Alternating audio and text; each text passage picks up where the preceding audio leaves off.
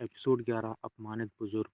जब उसने उसकी अभिव्यक्ति देखी, मायरा ने अपनी आंखें संकरी कर ली और बोली, क्या क्या तुम सब मुझे सिर्फ इसलिए नहीं देखना चाहते क्योंकि मैं छोटी लगती हूँ? जेंग की पलकें फड़की, उसकी निगाहें थोड़ी देर मायरा पर टिक गई और फिर उसने मुस्कुराते हुए कहा, ऐसी बात नहीं है। तुम भी जानती हो कि अभी हमारे पास इतनी ऊर्जा पत्थर नहीं है, एनर्जी स्टोन नहीं है, क्योंकि ना तुम हमारे साथ चलो और हम तुम्हें वहीं दे देंगे। उसके पीछे खड़े शिष्यों ने एक दूसरे की ओर देखा। उनकी आंखों में ठंडा और क्रूर प्रकाश झिलमिलाया। एक एक कर सबने सिर हिलाया, मानो जैंग की बात से सहमत हों। अब वे किसी भी हाल में इतने ऊर्जा पत्थर नहीं दे सकते थे, और अगर दे भी सकते थे तब भी नहीं देते। केवल एक ही रास्ता था, उस छोटी लड़की को रास्ते से हटाना। वे जानते थे उनकी पहचान साधारण नहीं है, लेकिन उनकी मजदूरी भी थी। पूरे बाहरी दरबार के बुजुर्ग भी 10,000 ऊर्जा पत्थरों की व्यवस्था नहीं कर सकते थे। 10 लाख की तो बात ही छोड़ो। उन सबके विचार इस समय एक जैसे थे। मायरा को मार देना ही सही रास्ता था। मायरा ने सभी को घूरकर ठंडी हंसी हंसी। वाह, बहुत अच्छा। तो तुम सब सोचते हो कि मायरा बेवकूफ़ है। तुम बाहरी शिष्य हर महीने सिर्फ 20 ऊर्जा पत्थर पाते हो, और जो रैंक 1 होता है उसे सिर्फ 100 अतिरिक्त मिलते हैं। फिर तुम लोगों के पास इतने ऊर्जा पत्थर आएंगे कहाँ से? उसकी आवाज़ में कड़ी हो गई। तुम लोग मुझे किसी सुनसान जगह ले जाकर मारना चाहते हो ना? जैंग की हंसी तुरंत गायब हो गई। उसे उम्मीद नहीं थी कि यह लड़की इतनी तेज दिमाग वाली होगी। उसने तुरंत मुस्कुराते हुए कहा, हम बाहरी शिष्य हैं। हम ऐसा नीच काम कैसे कर सकते हैं? मैं सच कह रहा हूँ, अगर तुम हमारे साथ चलोगी तो हम पत्थर जरूर देंगे। फिर उसने पीछे वालों की ओर देखा, है ना? उन सबने तुरंत एक ही बात दोहराई, हाँ। अगर तुम नहीं आओगे तो हम क्या कर सकते हैं? क्या हम कुछ 100 ऊर्जा पत्थरों के लिए धोखा देंगे? आओ, हम दे देंगे। मायरा का चेहरा गुस्सा से लाल हो गया। अच्छा, बहुत अच्छा। तुम सब इंतजार करना। कोई भी मायरा को सताकर नहीं गया। यह कहकर वह जीवन मरण अखाड़े की ओर दौड़ गई। जब सभी उसे जाते हुए देखे, सभी बाहरी शिष्यों ने राहत की सांस ली। मायरा अखाड़े पर पहुंची, तभी वहां एक मौजूद बाहरी बुजुर्ग ने उसे देखा और उसकी भौहें सिकुड़ गई। उसने कोट पर लिखा था, तावीज। इसे देखकर उसका चेहरा गंभीर हो गया। वह धीरे धीरे बुदबुदाया, यह छोटी चुड़ैल यहाँ क्यों आई है? अब वीर, जो ऊर्जा पत्थर अवशोषित कर रहा था, उसकी ओर देखने लगा। पर उससे पहले मायरा ने ऊंची आवाज में घोषणा की, मैं, मायरा, घोषणा करती हूँ कि आज से तावीज़ शिखर किसी भी बाहरी शिष्य को तावीज़ों से संबंधित कोई पुरस्कार नहीं देगा, और ना ही किसी बाहरी बुजुर्ग की मांग पर हथियारों की मरम्मत करेगा। जो भी बाहरी दरबार से संबंधित है, तावीज़ शिखर उनका कोई काम नहीं करेगा।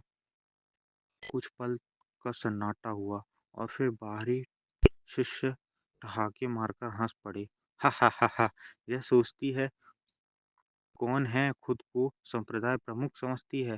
पागल हो गई है क्या? अब तक का सबसे मजेदार मजाक था, लेकिन उसी क्षण, चुप रहो! बाहरी बुजुर्ग काओ की आवाज बिजली की तरह गूंजी। सैकड़ों शिष्य तुरंत शांत हो गए। काओ अखाड़े पर पहुंचा और विनम्रता से बोला, ओह, तो यह हमारी प्यारी मायरा है। आज यहाँ खेलने क्यों आई हो? मायरा ने ठंडे स्वर में जवाब दिया। तुम खुद इनसे पूछो। अगर आज न्याय नहीं मिला तो याद रखना, मेरा तावीज़ शिखर अब तुम्हें कभी नहीं बुलाएगा। काऊ का चेहरा बदल गया। वह जिंग के पास जाकर गजरकर बोला, अगर तुमने कुछ भी छुपाया हो तो मैं तुम्हारी साधना नष्ट कर दूंगा, तुम्हें संप्रदाय से निकाल दूंगा। डरे हुए शिष्यों ने पूरी घटना बता दी। जब उससे पता चला कि वे 300 हजार हजार यानी 3 लाख से भी ज्यादा ऊर्जा पत्थर के कर्जदार हैं और लड़की को सुनसान जगह ले जाना चाहते थे, उसकी मौत ही उनके दिल में उचित सजा लगी। तुम सब जाकर उधार लेकर ऊर्जा पत्थर इकट्ठा करो, वरना तुम संप्रदाय के दुश्मन बन जाओगी। वे सब घबराकर चले गए। वीर ने मायरा की ओर देखा और उसके दिल में गर्माहट दौड़ गई। उ- उसने इतने पत्थर की बाजी सिर्फ उसकी खातिर लगाई थी। मायरा अब भी गुस्से में थी। हफ, मैं इन्हें आसानी से नहीं छोड़ूंगी। 1 घंटे बाद जांग और अन्य बुजुर्ग लौटे, उन जिन जिनमें से एक था एल्डर क्वाइन, अब महंत रुद्रनाथ। वे सभी डरते हुए बोले, मायरा, यहाँ 3,90,000 ऊर्जा पत्थर हैं, कृपया अपनी अंगूठी दो, मैं इन्हें स्थानांतरित कर दूं। मायरा ने अंगूठी ली और फिर अचानक कहा, यह अंगूठी भी मैं रख रही हूँ, कोई आपत्ति? बुजुर्ग का चेहरा जम गया, लेकिन उसने मजबूर होकर मुस्कुराकर कहा, ना, नहीं, कोई समस्या नहीं। उसके मन में बस एक ही शब्द था, यह छोटी चुड़ैल हमें कंगाल कर देगी। एपिसोड 12, बुजुर्ग के उपहार। जैसे ही मायरा ने स्पेशियल रिंग को अपने पास रख लिया, उसके नन्हे चेहरे पर हल्की सी संतोष भरी मुस्कान उभरी। परंतु अगले ही पल वह कुछ सोचकर अखाड़े के नीचे बाहरी शिष्यों की ओर मुड़ी और उनकी मुस्कान पल भर में गायब हो गई और ठंडी नजर में बदल गई। उसने तेज स्वर में कहा, सुनो बूढ़ो, मायरा कोई बेवकूफ नहीं है। पहले तो ये लोग मुझे मेरे ऊर्जा पत्थर नहीं देना चाहते थे और ऊपर से मुझे धमकाकर चुप करना चाहते थे। ऐसे शिष्य घटिया स्वभाव के होते हैं और छोटे मजदूर वीर की उंगली जितने भी काबिल नहीं हैं। हा हा हा, बिल्कुल। गोल चेहरे वाले बुजुर्ग महंत रुद्र तुरंत सिर झुकाकर बोले, फिर सावधानी से बोले, तुम मायरा, क्या अब यह मामला नहीं समाप्त कर देंगे? वे सभी जानते थे कि मायरा ताबीज शिखर की बच्ची है। गुस्से आने पर वह उन्हें सेकंडों में बर्बाद कर सकती है, लेकिन मायरा ने पैर पटकते हुए गुस्से में कहा, नहीं, अब मैं सीधे अपने दादा के पास जाऊंगी और उनसे न्याय की मांग करूंगी। तुम सब इसका अंजाम भुगतना पड़ेगा। चारों बुजुर्ग के चेहरे एक साथ फड़क उठे। उनके मन में एक ही सवाल था, क्या ये बच्ची ऊर्जा पत्थर भी ले ली और बाद भी खत्म नहीं होने देगी?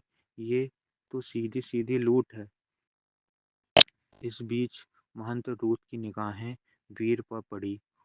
उन्होंने कुछ पल संकोच किया, फिर उनके पास जाकर कंधे पर हाथ रख लिया और मुस्कुराए, तुम ही वीर हो?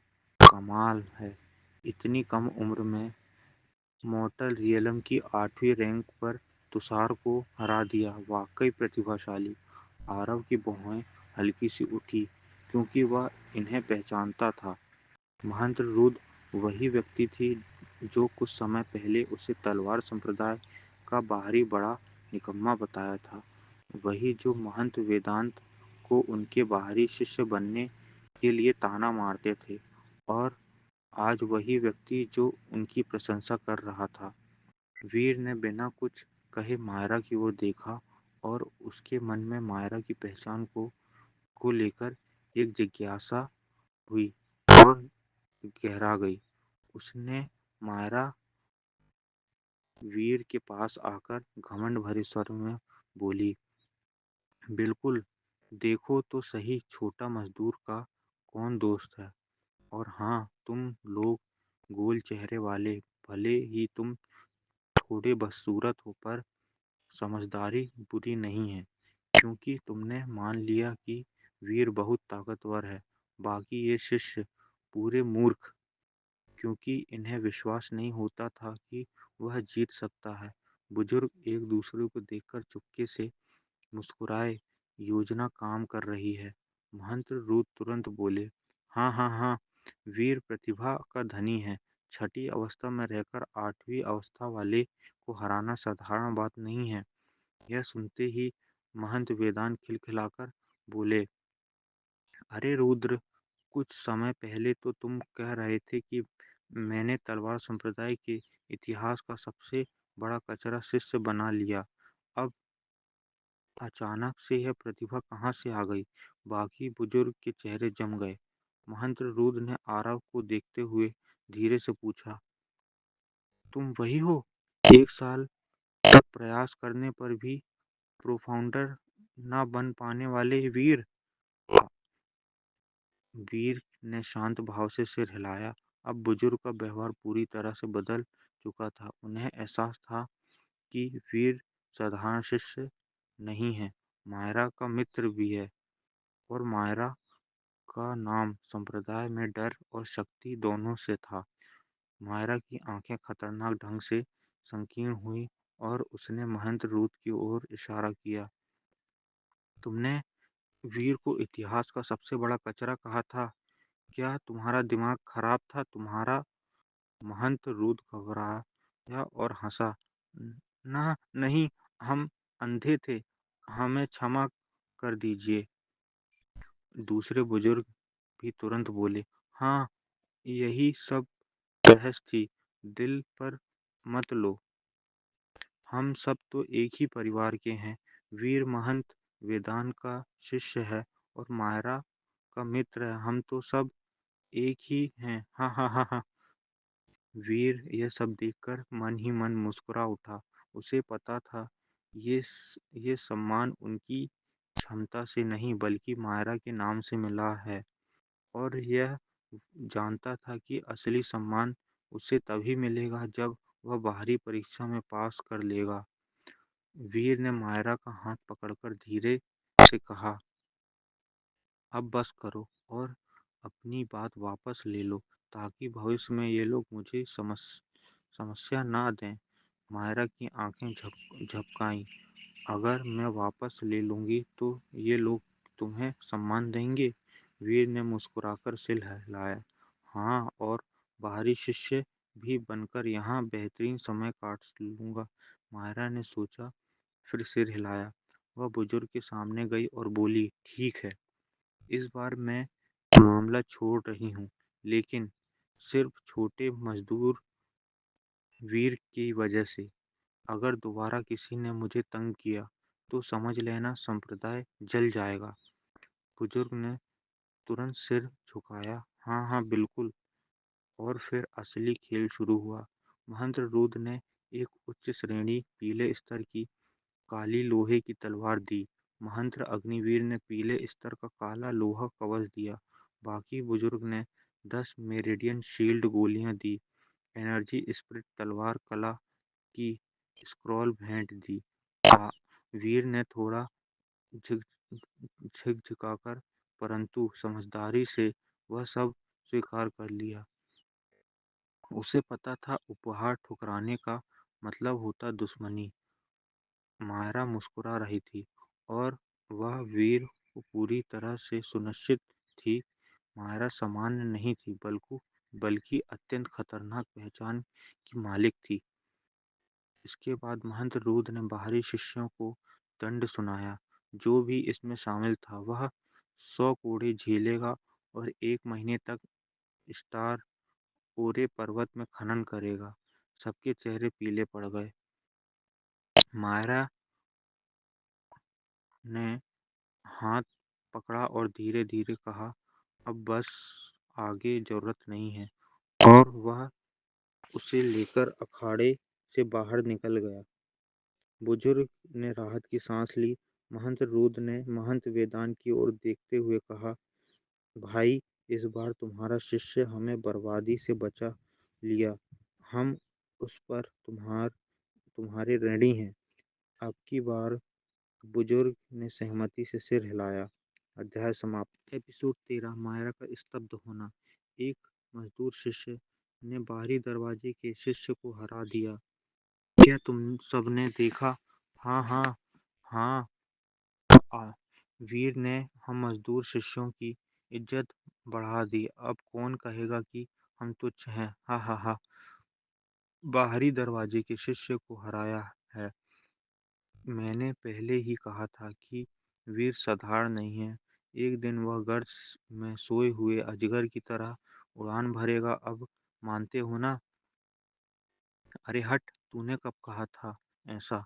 उस उस दिन मजदूर शिखर पर हर जगह बस वीर की चर्चा थी। कई शिष्यों ने काम करना भी छोड़ दिया था। सात साधना शिखर वह स्थान था जहाँ बाहरी दरवाजे के शिष्य प्रशिक्षण करते थे। यहाँ स्वर्ण कवच, वन पथ, हजार जल परतें, अग्नि गुफा, गुरुत्व कक्ष, ठंडी वायु घाटी और वज्रदेव घाटी जैसे प्रशिक्षण स्थल थे। लेकिन यह स्थान हर किसी के लिए उपलब्ध नहीं था। केवल शीर्ष 10 बाहरी शिष्य ही इसे स्वतंत्र रूप से उपयोग कर सकते थे।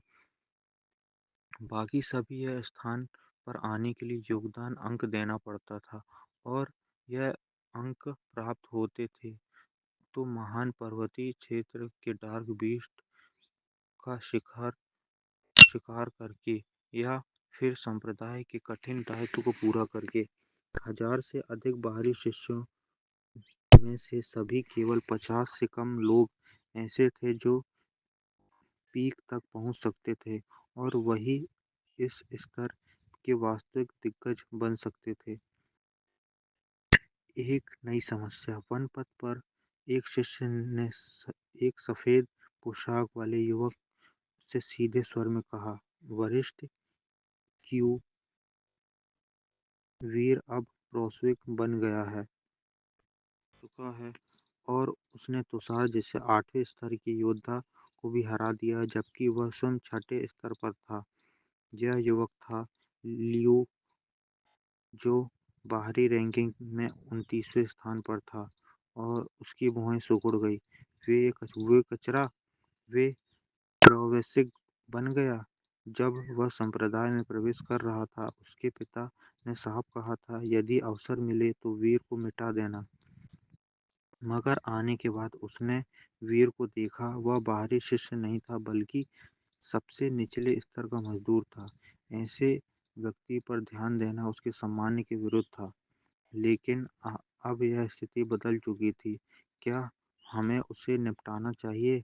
अनुज ने पूछा। लियू ने थोड़ा देर सोचा, फिर उसकी आंखें ठंडी हो गई। चलो देखते हैं वह तथाकथित प्रावेशिक अब कितना बढ़ गया है। शीत समीर घाटी। मायरा और आरव तालाब के पास। मायरा मुस्कुराई और बोली, छोटे श्रमिक, ये स्थान अंगूठी तुम्हारे लिए है। इसमें कुछ ऊर्जा पत्थर हैं। आरव की आंखें अनायास ही चमक उठी, पर उसकी गहरी सांस ली। मायरा, यह बहुत कीमती है, मैं इसे स्वीकार नहीं कर सकता। उफ! मायरा ने आंखें झपकाई। ये सिर्फ एक अंगूठी है, स्वर्ग नहीं। और बिना तुम्हारे मैं इतना कुछ नहीं जीत सकती थी। अगर मना किया तो मैं यह अंगूठी पानी में फेंक दूंगी। उसकी आवाज में नाराजगी कम, नखरा ज्यादा था। वीर मुस्कुराया और अंगूठी स्वीकार कर ली। वह झिझकते हुए बोला, यह लो, मैं यह मैंने बनाया है। बल ताबीज उच्च श्रेणी का है। मायरा ने पहले तो सामान्य भाव से ताबीज लिया, लेकिन अगले ही सांस में उसकी आंखें खुल गई। उच्च श्रेणी, तुमने इसे बनाया? वीर ने सिर हिलाया। मायरा कुछ सेकंड तक शब्दहीन रही। यह कैसे संभव है? आधे महीने में उच्च श्रेणी? इसके दिमाग में बस यही घूम रहा था। फिर वह गला साफ कर ठंडी आवाज में बोली, एक तावीज बनाने में आधा महीना प्रतिभा, साधारण, मुझे थोड़ा कम लगता है। कहते ही उसका चेहरा लाल पड़ गया। एक प्रस्ताव? वीर ने पूछा। क्या तुम मुझे अन्य ताबीज सिखा सकती हो? मायरा ने पहले नखरे में सोचा, फिर बोली, हाँ, लेकिन एक शर्त पर। क्या? तुमने मेरे दादा के शिष्य बनोगे? मतलब आगे से तुम मेरे कनिष्ठ भाई और मैं तुम्हारी वरिष्ठ बहन। वीर पहले चौंका, फिर बोला, यदि योग्य हुआ तो स्वीकार है। मायरा हंसी। योग्य या ना योग्य तय करने वाले तुम, मैं हूँ, बस बात खत्म। फिर वह लगभग उछलते हुए घाटी से निकल गई। हाँ, खजाना मिल गया। अब तुम मायरा के शिष्य हो। वाह! उसकी हंसी दूर तक गूंजी। नई शुरुआत। वीर की अंगूठी खुली और वह स्तब्ध रह गया। अंदर 1 लाख से ज्यादा ऊर्जा पत्थर थे। उसने कहा, कुछ पत्थर हैं? वीर ने बेबस होकर मुस्कुराया। फिर उसने महंत रूत की दी हुई पीली श्रेणी की डार्क आयरन तलवार उठाई। तलवार बिजली की तरह हवा चीर रही थी। वीर ने गहरी सांस ली। बाहरी परीक्षा में केवल 28 दिन बचे हैं। शीर्ष आने के लिए मेरी शक्ति अब भी अपर्याप्त है। उसकी आंखों में दृढ़ता चमक गई। अब प्रशिक्षण का समय था। एपिसोड 14। बाहरी द्वार परीक्षा। तलवार संप्रदाय की बाहरी द्वार परीक्षा को जिंग राज्य की एक विशाल घटना माना जाता था। ग्रैंड किंग्स साम्राज्य में कुल 9 राज्य थे और हर राज्य में दसियों हजार शहर। तलवार संप्रदाय जिंग राज्य के अधिकार क्षेत्र में था। उस समय आसपास के शहरों में कई कबीले, स्वतंत्र साधक और प्रतिभाशाली युवाओं की भीड़ बाहरी परीक्षा में भाग लेने आती थी। इसमें अनगिनत प्रतिभाशाली लोग थे, इसलिए शीर्ष 10 स्थान प्राप्त करना कितना कठिन होगा यह स्पष्ट था। शीर्ष 10 में प्रवेश करना अत्यंत कठिन था, लेकिन उसका लाभ भी उतना था बड़ा था। औषधियाँ, तावीज, खजाने और उससे भी बढ़कर संप्रदाय में शीर्ष 10 को विशेष रूप से विकसित किया जाता था। उनके संसाधन समान शिष्यों से कई गुना होते थे। प्रतिभा आवश्यक थी, लेकिन संसाधन उससे भी ज़्यादा महत्वपूर्ण थे। चाहे कोई भी कितना भी महान प्रतिभाशाली हो, यदि उसे संप्रदाय का संरक्षण न मिले तो अन- अंततः वह भी व्यर्थ हो जाएगा। वीर का लक्ष्य स्पष्ट था। शीर्ष 10 केवल स्वयं को ही महंत वेदांत को सिद्ध करने के लिए नहीं, बल्कि इसलिए भी कि अगर संप्रदाय उसकी क्षमता को नहीं पहचानता तो वह कैसे लियू कबीले और लियू किंग यू से प्रतिशोध ले पाता। लियू कबीले का नाम आते ही वीर की आंखों में ठंडा प्रकाश चमका। एक दिन लियू कबीला तुम्हें इसकी कीमत चुकानी होगी। लियू कबीले की याद दबाते ही उसने गहरी सांस ली और प्रशिक्षण मैदान की ओर बढ़ा। उसे पहले महंत वेदांत से अपने घर की स्थिति के बारे में पूछना था। इस समय उसे सबसे अधिक चिंता अपनी बहन और माँ की थी। टकराव। अरे कचरे, वहीं रुक। आरव जैसे ही प्रशिक्षण मैदान पहुंचा, किसी ने उसे रोका। आवाज सुनकर ही उसकी भौहें सिकुड़ गई। उसने मुड़कर देखा। हरा वस्त्र, घमंड भरी मुस्कान और दोनों ओर खड़े बाहरी शिष्य। यह वही था, लियू किंगयू। आज मैदान में कई बाहरी शिष्य अभ्यास कर रहे थे। वीर और लियो को आमने सामने देखकर लोग उनके चारों ओर इकट्ठा हो गए। लियो, वीर, तुम गहन साधक बन गए और छठे स्तर पर होते हुए तुषार जैसे 8वें स्तर के साधक को हराना वाकई आश्चर्यजनक। न, नजदीक खड़े कई शिष्य ने फुसफुसाए, ये लियो है, बाहरी रैंकिंग में 29वें स्थान पर पहले स्वर्ग स्तर का साधक है। सिर्फ 17 साल की उम्र में ये तो राक्षस है। लोगों की प्रशंसा सुनकर लियो का अहंकार बढ़ गया।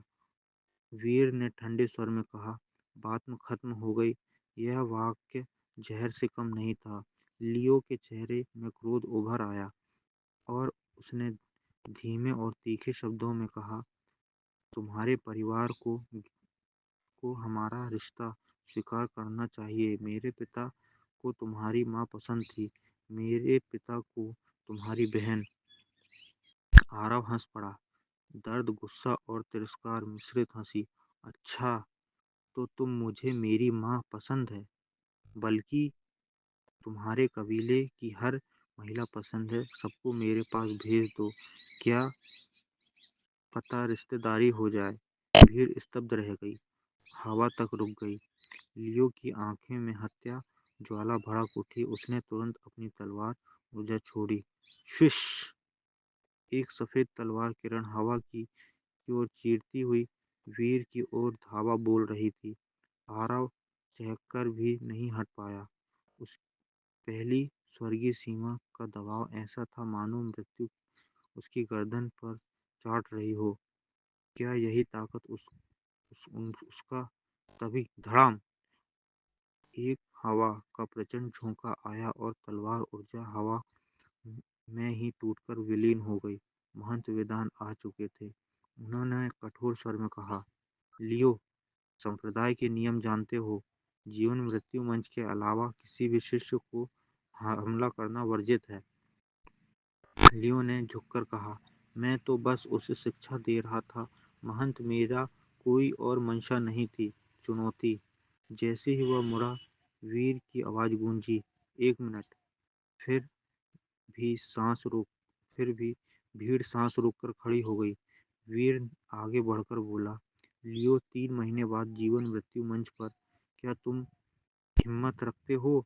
एक श्रमिक शिष्य, एक पहले स्वर्ग स्तर के रैंक 29 योद्धा को चुनौती दे रहा है। भीड़ दंग रह गई। कुछ की सांसें अटक गई, कुछ के चेहरे पर डर था और कुछ जोश में। लियो ठहाका लगाते हुए बोला, मैं स्वीकार करता हूँ। कोशिश करना कि उस दिन भागो मत। महंत वेदांत ने गहरी सांस ली और कहा, आरव, तुम जल्दबाजी कर रहे हो। छठे स्तर के 3 महीने में पहले स्वर्ग स्तर पर पहुंचना बहुत मुश्किल है। आरव मुस्कुराया, लेकिन यही मेरा एकमात्र मौका है। अब उसने हाथ नहीं उठाएगा। 3 महीने तक मेरी ढाल है और यही मेरा रण क्षेत्र भी। कुछ देर मौन रहने के बाद महंत वीर बोले, ठीक है, तुम जो कर रहे हो वही पागलपन है, लेकिन जरूरी भी है। फिर उन्होंने धीमे स्वर में कहा, तुम्हारी माँ बहन सुरक्षित है। मैंने खुद जाकर चेतावनी दी कि वे दोनों तुम्हें बहुत याद कर रही हैं। आरव की आंखें कोमलता से चमक भरी और उनमें दृढ़ता भर गई। अब उससे केवल एक ही चीज चाहिए थी, ताकत। वीर तेजी से स्कूल ब्रिज गार्ज की ओर चला गया। अध्याय 15, रहस्यमय भंवर। ध्यान दो, ध्यान दो। एक मजदूर शिष्य ने बाहरी रैंकिंग में 29वें स्थान पर बैठे लोकेश को 3 महीने बाद जीवन मरण मंच में चुनौती दी है। 3 महीने बाद इसका तमाशा जरूर देखने आना। एक मजदूर शिष्य ने बाहरी रैंकिंग विशेषज्ञ को चुनौती दी है। क्या तुम्हारा दिमाग खराब है? क्या तुम उस मजदूर की बात कर रहे हो जिसने रैंक पार कर तुषार को हराया था? और कौन हो सकता है इसके अलावा? कोई मजदूर शिष्य इतना पागल नहीं। ये मजदूर वाकई डरावना है। इससे पहले उसने एक बाहरी शिष्य को चुनौती दी थी, अब वह सीधी भर्ती रैंकिंग वाले को। चाहे वो मरने जा रहा हो, लेकिन उसकी हिम्मत की दाद देनी होगी। ज़्यादा देर नहीं हुई थी कि वीर द्वारा दी गई चुनौती की खबर पूरे बाहरी अदालत में आग की तरह फैल गई। यहाँ तक कि 7 तपस्या शिखर पर मौजूद बाहरी रैंकिंग के विशेषज्ञों तक पहुँच गई। छठे स्तर का नस्वर वाला पहले आसमान को चुनौती दे रहा है। अंधा साहस एक काला है। चाहे लोकेश सबसे मजबूत नहीं है, लेकिन छठे स्तर वाला उसे चुनौती दे रहा है। ये तो मजाक है। लगता है अब मजदूर भी खुद को कोई समझ रहे हैं। एक छठा स्तर, एक प्रथम स्वर्ग। दिलचस्प, बहुत दिलचस्प। कुछ ही समय में पूरा बाहरी दरबार इस नाम को याद कर चुका था। वीर। शीत पवन घाटी। घाटी में पहुंचकर वीर ने कई हाई ग्रेड येलो रैंक वाली तलवार कला निकाली। उसे एक बुजुर्ग से मिली थी। ऊर्जा विभाजन तलवार कला और ध्यान से पढ़ना शुरू किया। वर्तमान में उसे अपनी शक्ति बढ़ाने की बहुत आवश्यकता थी। ऊर्जा विभाजन तलवार कला उच्च श्रेणी येलो रैंक। इसे कुल 10 स्तरों पर साधा जा सकता है। प्रत्येक स्तर पर एक तलवार ऊर्जा उत्पन्न होगी। 10 तलवारों पर साधक एक साथ 10 तलवारें ऊर्जाएं छोड़ सकते हैं। वीर ने गहरी सांस ली। अगर उसने तुषार से लड़ाई की थी, तब तुषार इस कला का केवल पहला स्तर नहीं बल्कि उस स्तर साध चुका होता। परिणाम बहुत अलग होता, लेकिन जितना वो पढ़ता गया उसके चेहरे की गंभीरता भी बढ़ती गई। यह तलवार तकनीक सिर्फ शक्तिशाली ही नहीं, यह डरावनी भी थी, क्योंकि तलवार ऊर्जा दिशा बदल रही थी। कल्पना करते ही चारों दिशाओं से हमला करती 10 सुनहरी तलवारें। वीर का खून जोश में उबलने लगा, लेकिन वह उत्साह शांत हुआ, क्योंकि इस कला के लिए आवश्यक था अत्यंत सूक्ष्म ऊर्जा नियंत्रण, जो कई बाहरी बुजुर्गों के बस की बात भी नहीं थी। वीर ने कला पट मोड़ा, अपनी काली लोहे की तलवार निकाली और अभ्यास शुरू किया। अगले कुछ दिनों में यह खाने के अलावा हर क्षण अभ्यास करता रहा, सोता भी नहीं था। शीत पवन घाटी में महंतों से मिले मेरिडियन शील्ड, गोलियां और मायरा द्वारा दी गई ऊर्जा पत्थरों की बदौलत उसका साधना मार्ग नहीं रुका। छठा स्तर। वीर तलवार घुमाता रहा, हर बार हवा को काटता था, तेज गूंज छोड़ता था। किसी और के लिए यह दृश्य चमत्कार होता, हर बार हवा को फाड़ रहा था। कुछ बार तलवार छवि छोड़ रहे थे, जो ऊर्जा और गति इसके लिए चाहिए। बहुतों के लिए सपना होता था। अभ्यास पूरा कर वीर ध्यान मुद्रा में स्थिर हो गया।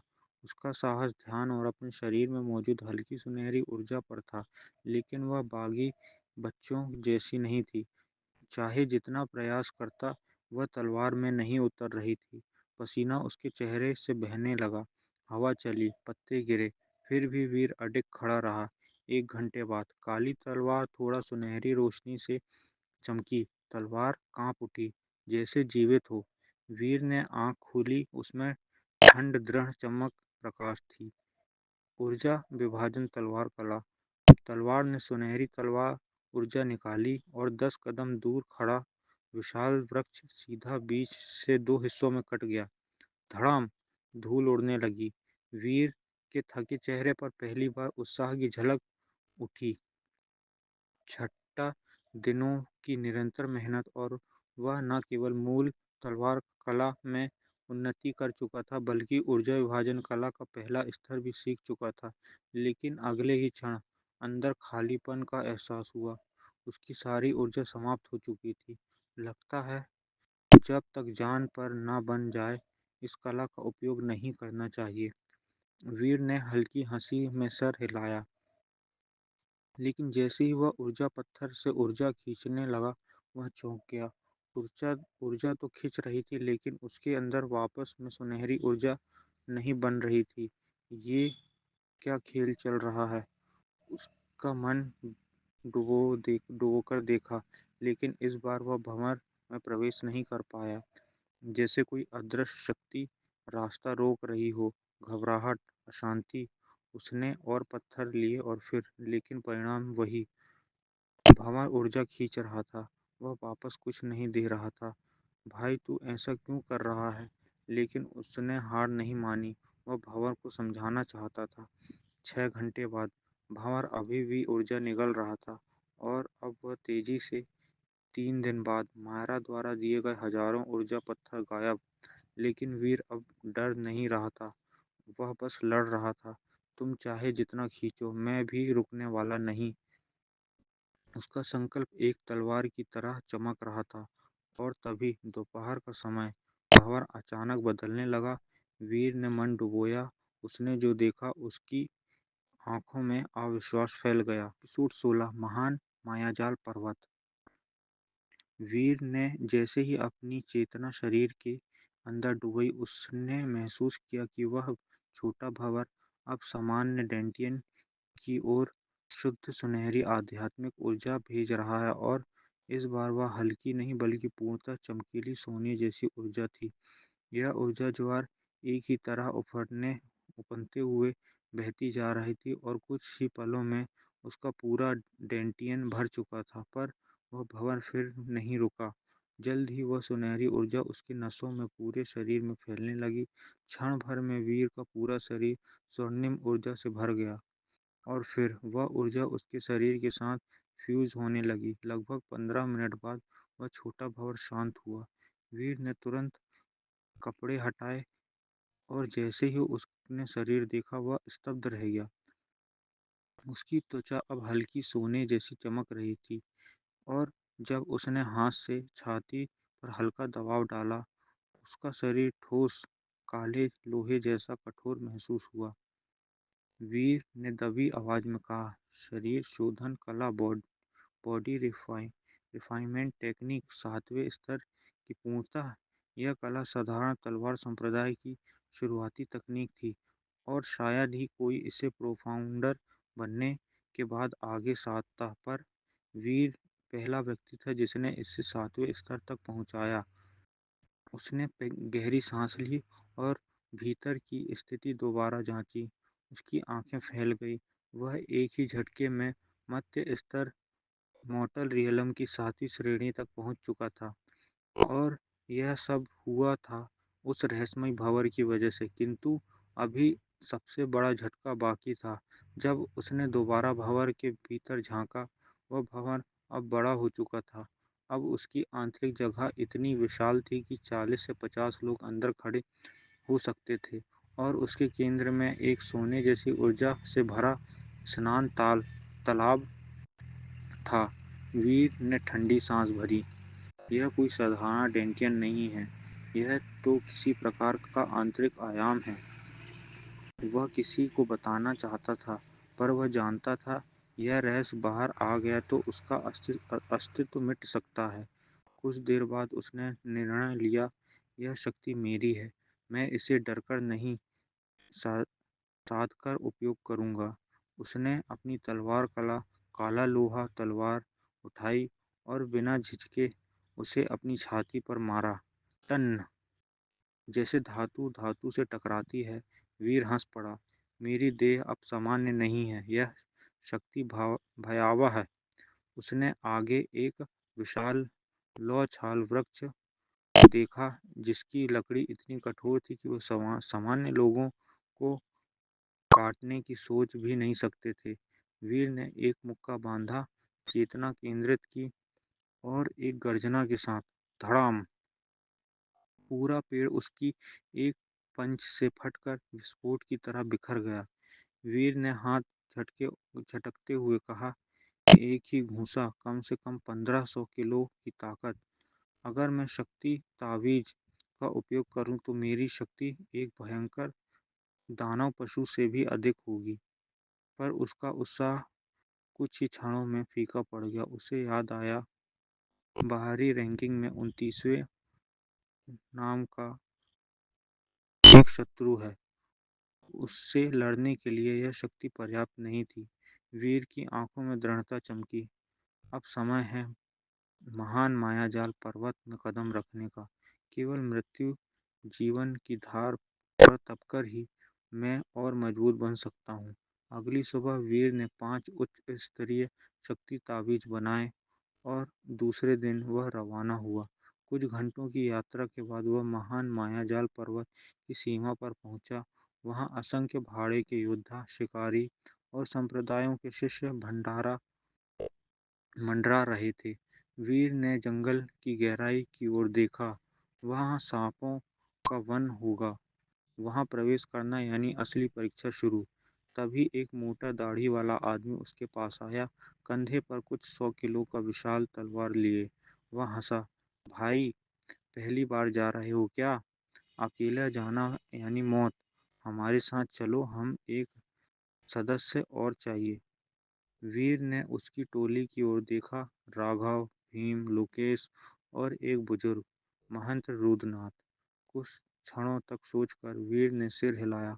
हाँ, मैं साथ चलूंगा। इस तरह वीर का कदम महाजंगल, मृत्यु, भाग्य और शक्ति के लिए युद्ध क्षेत्र में प्रवेश कर चुका था। एपिसोड 17, ताबीजों का मूल्य। जब उजाड़ सा व्यक्ति वीर को सिर हिलाते हुए देखा तो जोर से हंस पड़ा। उसकी दृष्टि इतनी तीक्ष्ण थी कि एक नज़र में ही समझ गया था कि वीर किसी संप्रदाय का शिष्य है जो स्वयं को तराशने आया है। और चूंकि वीर तलवार धारण किए हुए था, तो वह निश्चित रूप से तलवार संप्रदाय का शिष्य ही होगा।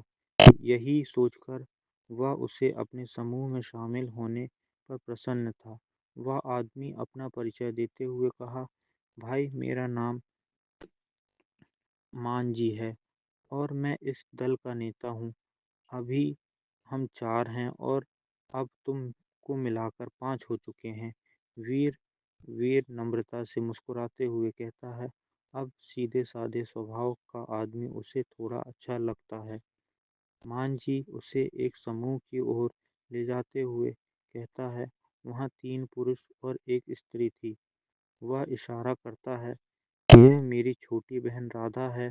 यह नश्वर अवस्था की नींव श्रेणी पर है। वीर उसकी ओर देखता है और एक पल के लिए स्तब्ध रह जाता है। वह लगभग 20 बरस की ही होगी। उसके शरीर पर जानवर की खाल से बना छोटा सा वस्त्र था जो केवल छाती तक ढका था। उसका गोरा पेट खुला था, यहाँ तक कि नाभि भी दिखाई दे रही थी। उसके निचले हिस्से पर छोटी त्वचा स्कर्ट थी। उसके लंबी, गोरी और सुडौल टांगें खुलकर दिखाई दे रही थी। उसके कंधे पर काले लोहे से बना लंबा धनुष टंगा था और वह अंततः वीर और आत्मविश्वासी प्रतीत हो रही थी।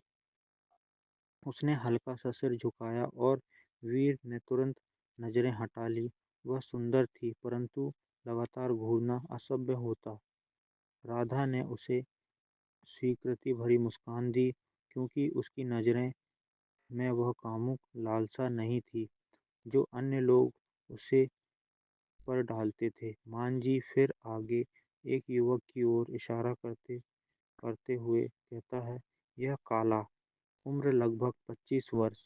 यह नश्वर अवस्था की नवी श्रेणी के शिखर पर है और खंजर चलाता है। यह हमारे समूह का मुख्य आक्रमण करता है। काला बस हल्का सा सिर हिलाया और फिर अपने काले खंजर से खेलने लगता है। जाहिर था वह बात नहीं करता था। अगले युवक की ओर संकेत करते हुए मांझी कहता है, यह शौर्य है। यह भी तलवार चलाता है और नवी श्रेणी के शिखर पर है। हम सब में यह सबसे स्वर्ग स्तर तक का पहुंचने की सबसे अधिक संभावना इसी की है। वीर उसकी ओर देखते हुए समझ जाता है, यह व्यक्ति इतना कुशल है जितना घमंडी है। उसकी आंखों में सतर्कता और तिरस्कार हल्के से झलक रहे थे, मानो वीर के लिए कोई खतरा ही न हो। थोड़ी देर की चुप्पी के बाद शौर्य औपचारिक स्वर में पूछता है, भाई, तुम नश्वर क्षेत्र के कौन सी श्रेणी पर हो? सबका ध्यान अब वीर पर था, क्योंकि इतने कम उम्र में यहाँ तक पहुँचने के लिए शक्ति अवश्य ही असाधारण होनी चाहिए। वीर शांत स्वर में जवाब देता है, 7वीं श्रेणी। सबकी आंखें फैल जाती हैं, यहाँ तक कि मांझी भी हैरान हो जाते हैं। और हल्की हंसी में कहता है, तुम तलवार संप्रदाय के शिष्य नहीं हो। वीर सिर हिला देता है, क्योंकि वह केवल एक श्रमिक शिष्य था, वास्तविक शिष्य नहीं। यह देखते ही शौर्य खुलकर हंसता है। उसकी हंसी में उपहास भरा था। एक साधारण सातवीं श्रेणी वाला लड़का, और वह भी यहाँ। तुमको मोल ले रहे हो। वो घर लौट जाओ, इससे पहले कुछ वर्ष साधना करो। मान जी भी कुछ हिचकिचाया। भाई, यहाँ पर्वत अत्यंत खतरनाक हैं। तुम्हारी शक्तियाँ भी अपर्याप्त है। वीर मुस्कुराता है। मैं केवल तुम सबके साथ सांपों के जंगल तक चलूंगा, उसके बाद अलग हो जाऊंगा। लेकिन शौर्य ऊंचे स्वर में काट देता है। नहीं, हम सब 9वीं श्रेणी के हैं। हम अपना बचाव कर सकते हैं, लेकिन तुम तुम तो हमें मुसीबत में डाल दोगे। तभी राधा नाराज होकर बोल पड़ती है, शौर्य, यह इस उम्र में 7वीं श्रेणी तक पहुंच गया है। यह कम बात नहीं है, और तुम तो 16-17 की उम्र में 5वीं श्रेणी पर भी नहीं थे। शौर्य की भौहें सिकुड़ती हैं। हम एक दल हैं, और यह बाहरी है। इसे साथ ले जाना मूर्खता है। मांझी और काला कुछ नहीं कहते, लेकिन उसकी चुप्पी इस बात की पुष्टि करती है कि वे सभी यही सोच रहे थे। राधा फिर वीर की ओर देखती है और धीरे से कहती है, भाई, तुम्हारी शक्ति अभी कम है। क्यों न हम साथ चलें और युद्ध के बाद शवों शवों की सफाई करें। बदले में पहाड़ों से बाहर निकलने पर कुछ स्वर्ण मुद्राएं मिल जाएंगी, हालांकि बहुत कम होंगी। वीर थोड़ा देर उसे देखता है, और उस स्वर में दया और ईमानदारी के साथ वह मुस्कुरा देता है, ठीक है, मैं मदद कर दूंगी। शौर्य की आंखों में तिरस्कार और गहरा जाता है, लेकिन वह कुछ नहीं कहता। मांझी सिर हिलाकर कहता है, ठीक है, चलें। भाई वीर, तुम हमारे पीछे ही रहना।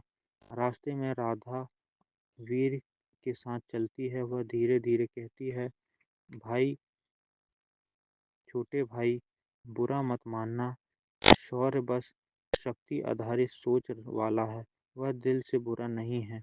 वीर हंस पड़ता है। मैंने बुरा नहीं माना। वह और धन्यवाद बहन। राधा मुस्कुरा देती है। आगे सांपों का जंगल था। जमीन की नहीं, पेड़ों पर भी सांप हैं। जरा सी चूक और हमला भी हो सकता है, सावधान रहना। वीर पूछता है, तो क्या तुम सब सांपों और दैत्य पशु का शिकार करने आए हो? राधा सिर हिलाती है, नहीं, यहाँ तो दैत्य पशु निम्न श्रेणी के हैं। उनके पास आंतरिक कोर नहीं होते, इसलिए वे पैसों के लायक नहीं हैं। हमारा लक्ष्य यहाँ से आगे स्थित अधोलोक भेड़िया घाटी है, जहाँ पर भेड़िया ऊंची श्रेणी के होते हैं। उनकी खाल और आंतरिक कोर अत्यंत मूल्यवान है। वीर उत्सुकता से पूछता है, एक यात्रा में तुम लोग कितने कमाते हो? राधा कहती है, यदि किस्मत साथ दे 5 से 6 हजार स्वर्ण मुद्राएं। यदि भाग्य खराब है तो 1-2 हजार, और कभी मृत्यु भी। उसकी आंखें हल्की उदास हो जाती है। हमारे 5 थे, और छिपकली बार एक भूमि भालू से लड़ते हुए एक साथी मर गया। वीर विषय बदल देता है, बहन, तावीज़ों की कीमत कितनी होती है? राधा की आंखें चमक उठी। तावीज़ 5 तत्वों का साधारण तावीज़ में निम्न स्तरीय तावीज़ 10 हजार स्वर्ण मुद्राएं, मध्य स्तर तावीज़ 30 हजार स्वर्ण मुद्राएं, उच्च स्तर सामान्यतः बिकते ही नहीं हैं। वे बड़े नीलामी घरों में बिकते हैं, और कभी कभी उनकी कीमत 1 लाख से भी अधिक पहुंच जाती है। वीर की आंखें फैल गई। अब उसे समझ आया, मायरा इतनी धनवान क्यों थी। कुछ ताबीज बेच दे तो वह सामान्य व्यक्ति के लिए पूरी उम्र के लिए पर्याप्त संपत्ति हो। इसी समय राधा रुकती है। उसकी आवाज़ गंभीर और धीमी हो जाती है, हम सांपों के जंगल में प्रवेश कर चुके हैं। मेरे पास रहो, और बहुत दूर मत जाना। वीर धीरे से सिर हिला देता है। एपिसोड 18, जुड़वा पंखे वाला अजगर। काफी देर तक सांपों के जंगल में चलते रहने के बाद चारों ओर अंधेरा गहराने लगा। वीर ने ध्यान से आसपास देखा। ऊंचे ऊंचे प्राचीन वृक्ष आसमान को छूते हुए खड़े थे। उनकी शाखाएं और पत्तियां इतनी घनी थी कि सूरज भी की किरणें भी मुश्किल से भीतर पहुंच पा रही थी। कहीं कहीं केवल बिखरी रोशनी की हल्की किरणें दिखाई दे रही थी। रास्ते भर कभी कभी पेड़ों से छोटे जहरीले सांप झपट कर हमला कर देते थे, पर वे सभी बिना परेशानी के मार गिराए। इसी दौरान वीर ने एक बार भी लड़ाई नहीं की, क्योंकि राधा हमेशा उसके साथ रहती थी। हर बार जब कोई सांप हमला कर देता, वह उसे पहले ही मार देती थी। इसी वजह से सौर उसे लगातार ताना मार रहा था। कुछ घंटों की यात्रा के बाद वीर ने धीरे से यह समझ लिया कि स्वतंत्र साधकों और किसी संप्रदाय के शिष्यों के बीच कितना अंतर होता है। स्वतंत्र साधक साधारण हथियार और तकनीकों पर निर्भर रहते हैं, जबकि किसी संप्रदाय के शिष्यों के पास बेहतरीन हथियार, औषधियाँ और तकनीकें होती हैं। उदाहरण के तौर पर उनके साथ मौजूद 4 स्वतंत्र साधकों में से केवल शौर्य के पास ही निम्न स्तरीय पीली श्रेणी की तलवार थी। बाकी तीनों के हथियार तो बिना श्रेणी के थे। उनकी लड़ाई की शैली भी असभ्य और शक्ति प्रधान थी, कोई वास्तविक तकनीक नहीं। वीर ने शौर्य के तानों को पूरी तरह से नज़रअंदाज कर दिया। भले ही शौर्य आध्यात्मिक साधना में नवी कक्षा का था, वीर उसे गंभीरता से नहीं ले रहा था। उसकी सोच थी कि जिस दुश्मन को मैंने कष्ट किया, तुषार भी उसे आसानी से हरा सकता था। अंतर बहुत बड़ा था। जैसे ही वे जंगल के भीतर बढ़े, पेड़ों पर सांपों की संख्या बढ़ गई। हर 10-12 कदम पर उनका हमला होने लगा। यह आम बात हो गई थी। हिस!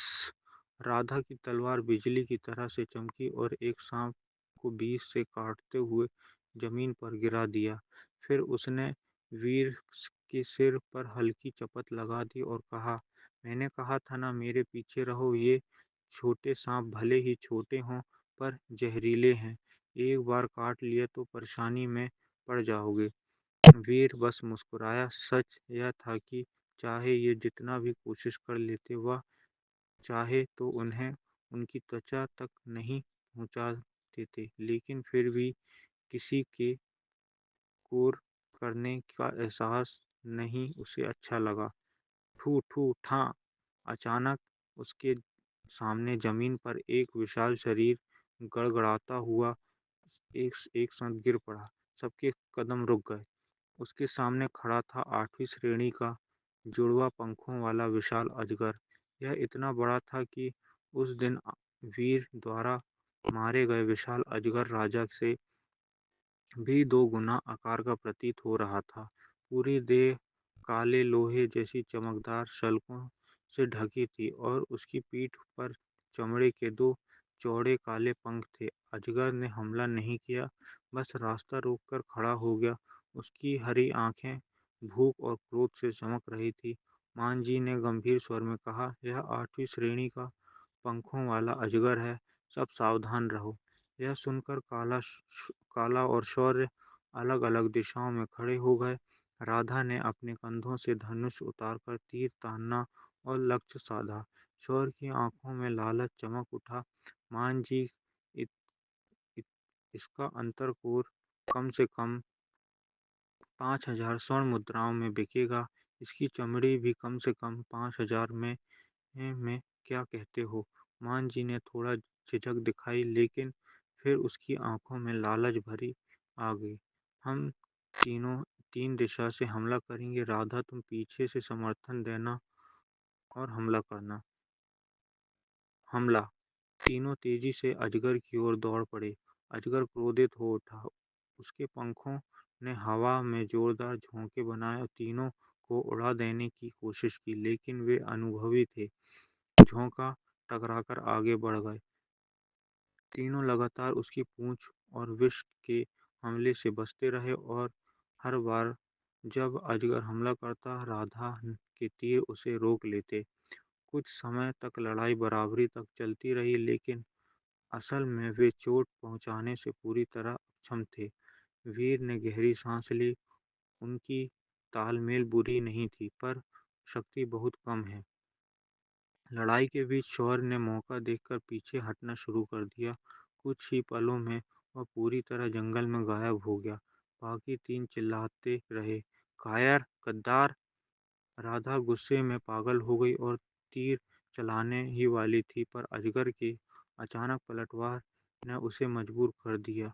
वह पीछे हट जाए और मांझी काला की मदद करे। अब लड़ाई एक तरफा होने लगी थी। मांझी ने काला मुश्किल से खुद को बचा रहे थे। दूर से राधा चिल्लाई, वीर, यहाँ से निकल जाओ। वीर ने दिल में कुछ महसूस हुआ। इस खतरनाक समय में भी वह पहले उसकी परवाह कर रही थी। पर उसी समय राधा को छोड़ वह एक तीर सीधे अजगर की दाईं आंख में घुस गया। वह डर से पागल हो गया। हिस! जमीन हिल उठी, हवा कांप उठी, पेड़ झुक गए। अजगर ने उसका पूरा ध्यान राधा की ओर मोड़ लिया। वह बिजली जैसी गति से उसकी ओर झपटा। राधा ने देखा, अब वह बच नहीं सकती, और उसी पल वह मांझी चिल्लाया, नहीं। एपिसोड 19। आंतरिक कोर।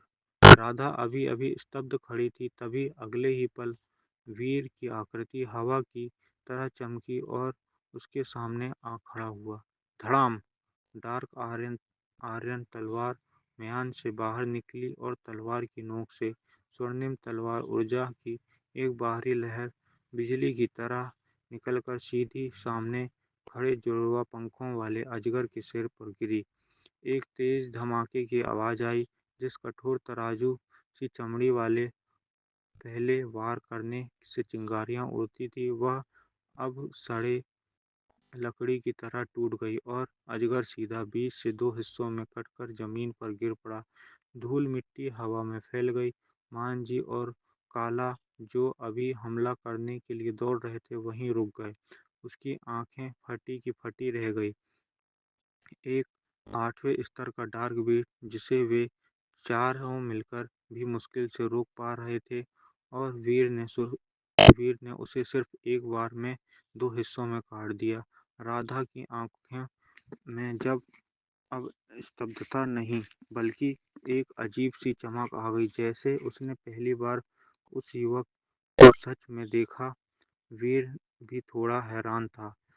उसे पता था कि उसकी स्वर्णिम प्राण शक्ति मजबूत है, लेकिन इतनी मजबूत उसने कभी नहीं सोचा था कि सिर्फ एक तलवार उसकी किरण इस तरह इस स्तर के अजगर को आसानी से काट सकती है। थोड़ा सोचने के बाद उसने समझा, यह सिर्फ उसकी शक्ति ही नहीं, बल्कि एनर्जी स्प्लिट स्वॉर्ड तकनीक का भी प्रभाव है।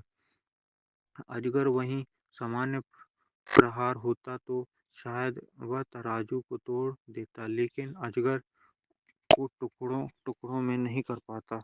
मान जी धीरे धीरे आगे आया और धीमे स्वर में बोला, भाई वीर, क्या तुम तलवार संप्रदाय के शिष्य हो? काला भी उसकी बात सुनकर चुपचाप देखता रहा। आरव ने तलवार रखी और शांत स्वर में बोला, नहीं, कम से कम अभी तो नहीं बना हूँ।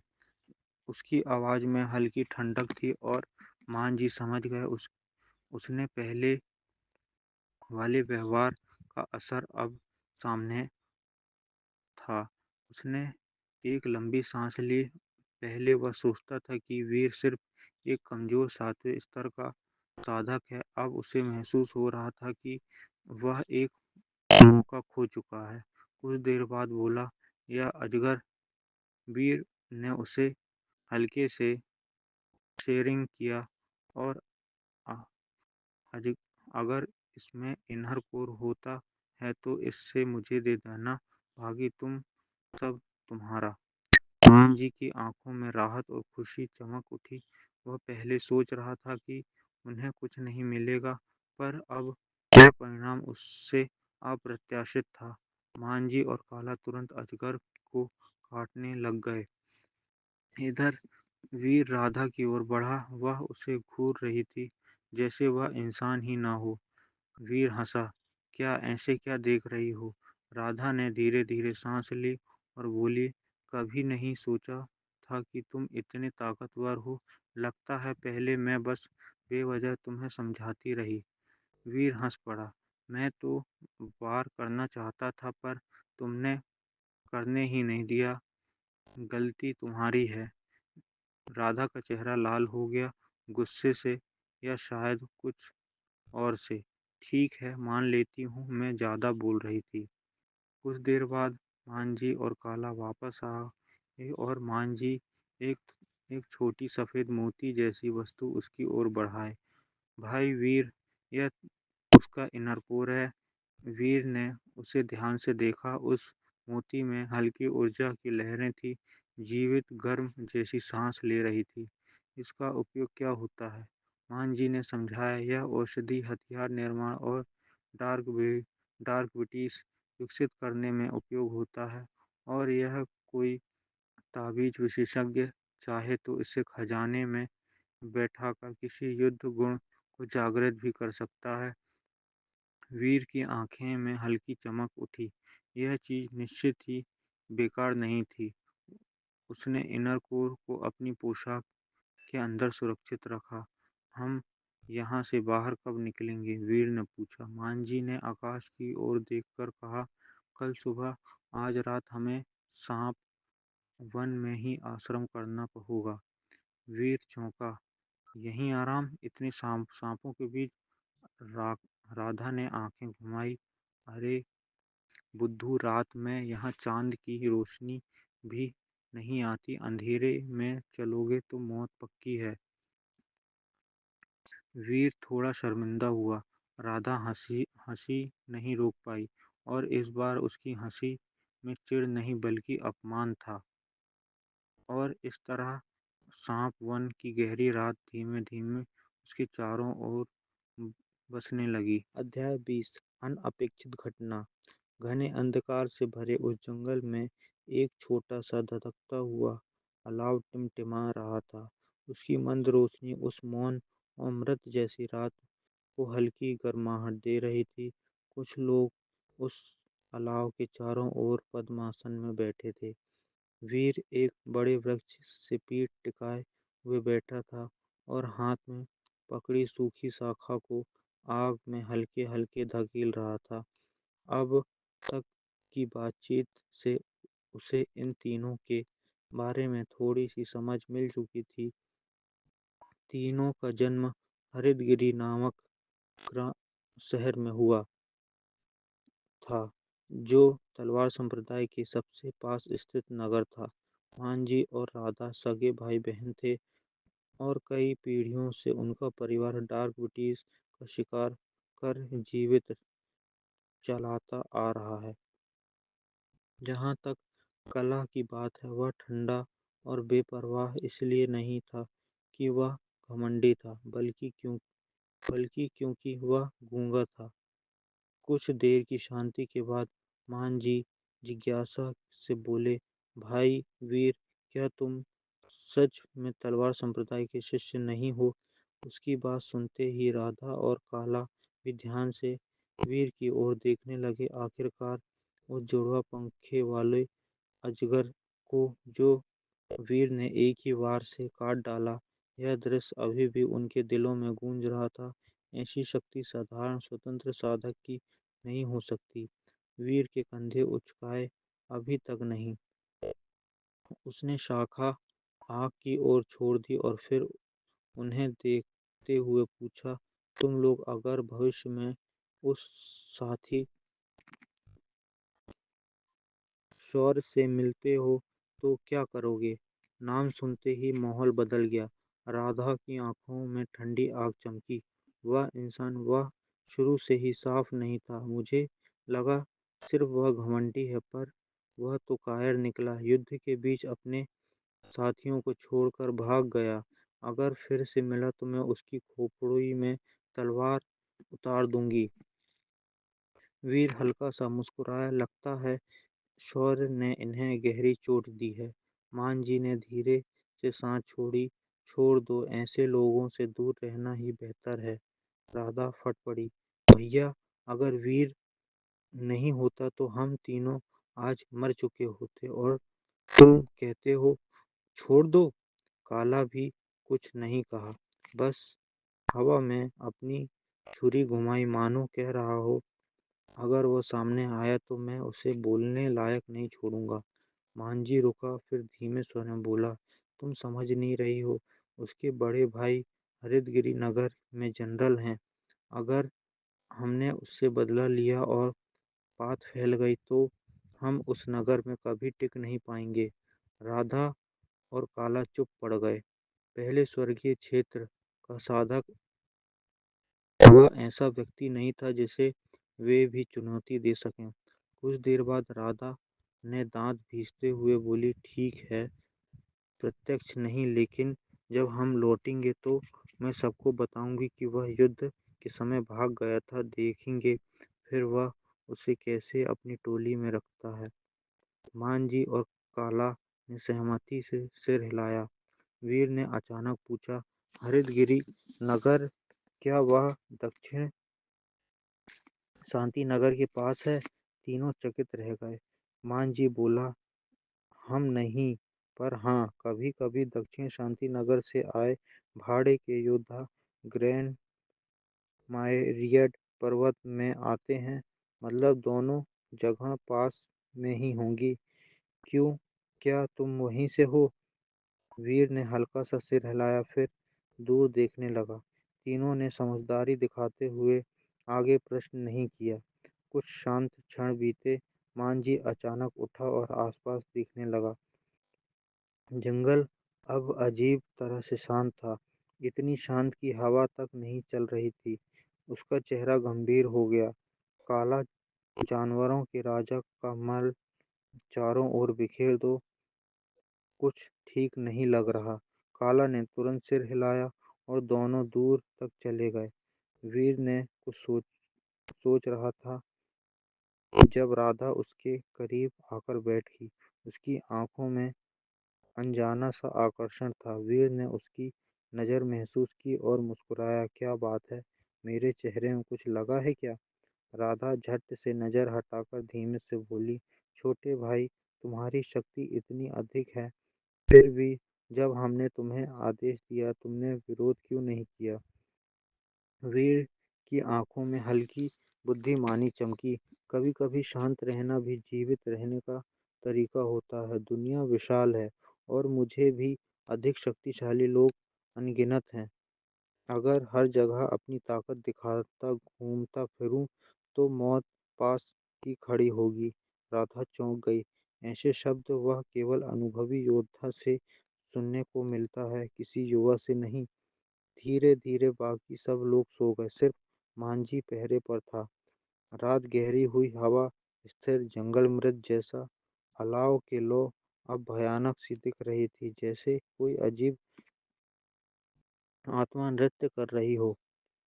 स हिस, अचानक से हिस जैसी आवाज गूंजी। एक फिर से कुछ ही पलों ऐसा लगा जैसे पूरा जंगल फुकार उठा हो। वीर ने और बाकी तुरंत जाग गए, पर राधा ने उसका हाथ पकड़कर हल्का सा दबाया। शांत, मत हिलो। मांझी और काला भी सिर हिलाकर संकेत दे चुके थे। वे समझ गए, गलत कदम मृत्यु। अलाव की मंद रोशनी में चारों ने देखा, हजारों नहीं बल्कि दसियों हजारों सांप उनके आसपास रेंग रहे हैं। कुछ छोटे, कुछ हाथ जितने मोटे और कुछ इतने विशाल कि उनके शरीर पेड़ के तनों जैसे लग रहे हैं। लेकिन वे सभी जानवर के राजा के मल से बने सुरक्षा चक्र के बाहर घूम रहे थे। अभी तक राधा की उंगलियां वीर के हाथों में गहराती चली गई। उसका चेहरा पीला था, आंखें बंद थी, शरीर कांप रहा था। वीर महसूस कर सकता था, अगर यह मानसिक दबाव ऐसे ही बढ़ता रहा तो तीनों पागल हो जाएंगे। उसका दिल जोर से धड़क रहा था, पर उसने खुद को शांत रखने पर मजबूर किया। क्यों? पहले कभी ऐसा नहीं हुआ, तो अब क्यों? हमने क्या किया है? वीर का दिमाग तेजी से सोच रहा था, तभी हिस! पूरे सर्पदल ने सुरक्षा चक्र तोड़कर भीतर छलांग लगा दी।